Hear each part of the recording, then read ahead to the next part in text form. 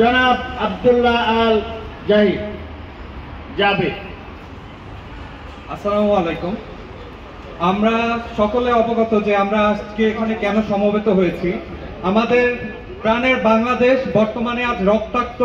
এই রক্ত সাধারণ শিক্ষার্থীদের, সাধারণ মানুষের।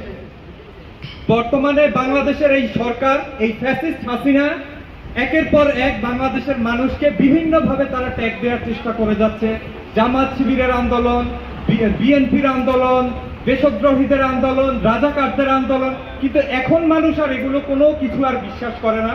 সাধারণ মানুষ সকল বাধা, সকল ধরনের অন্যায়ের বিরুদ্ধে এখন মুখ খুলেছে। এত ধরনের হামলা, নির্যাতন, গুম হওয়ার পরেও, এত ধরনের হুমকি দেওয়ার পরেও সাধারণ মানুষ এখন আর ঘরে নাই, তারা রাজপথে নেমে এসেছে। আমরা সকলে জানি এই কোটা আন্দোলন 2018 সালে শুরু হয়েছিল। তখন আমি ভার্সিটিতে হলে অবস্থানরত ছিলাম, বঙ্গবন্ধু হলে ছিলাম। বঙ্গবন্ধু হলের শিক্ষার্থীদের উপরে নানা ধরনের নির্যাতন করা হয়েছে। এই কোটা আন্দোলনে তাদেরকে সম্মিলিত হওয়ার সুযোগ দেওয়া হয়নি। একের পর এক তাদের উপর হামলা করা হয়েছে।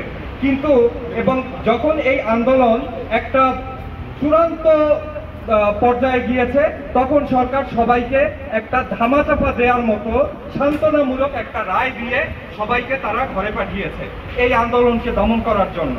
সেই 6 বছর পরে 2024-এ এসে সেই আন্দোলন আবার এক যুদ্ধের রূপ আমরা এখন দেখতে পাচ্ছি।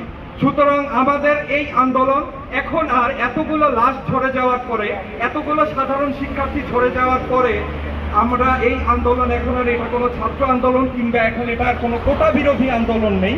এইটা হবে আমাদের এখন সরকার পতন আন্দোলন। আমাদের দাবি একটাই যে আমরা এই ফ্যাসিস্ট সরকার শেখ হাসিনার যে কোনো মূল্যে আমরা চাই তার পতন হোক। সে রাষ্ট্র ক্ষমতা থেকে অবিলম্বে তার পদত্যাগ চাই আমরা। ধন্যবাদ সবাইকে।